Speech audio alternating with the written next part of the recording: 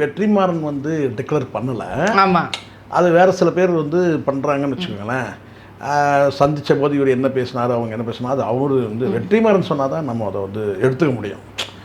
மற்றவர்கள் பேசுறத வச்சு நம்ம இது நாமளா யூகிக்க முடியாது, முடிவும் பண்ணிட முடியாது. அப்ப இது கற்பனை கதாபாத்திரம். இது வந்து என்னன்னா முழுக்க சொல்லப்படுறது கேட்டா வடசென்னை கதை, வடசென்னை மக்களுடைய கதை, கல்ச்சர் இது.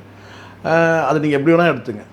அந்த மக்கள்கிட்ட இருந்து ஒரு நபர், அந்த ஒரு நபர் நீங்கள் வந்து பார்த்தீங்கன்னா நீங்கள் சொல்கிற மாதிரி வந்து நெகட்டிவான வந்து ஒரு பார்வை கூட இருக்கலாம். நம்ம அப்படி சொல்லிடுவோம். நம்ம ஏன் வந்து ஒருத்தர் ரவுடின்றது நம்ம ஏன் அந்த வார்த்தையை சொல்லணும்? அப்போ சொல்கிறதுனால பயம் ஒன்றும் இல்லை. ஒரு நெகட்டிவாக பார்க்கப்பட்ட ஒரு மனிதர், ஒவ்வொரு மனிதரும் வயலன்ஸை கையாண்ட ஒரு வன்முறையை கையில் எடுத்த ஒரு நபரை வந்து ஒரு படமாக இவங்க எடுக்கிறாங்க அப்படின்னு தான் நம்ம அதை பார்க்கணும்.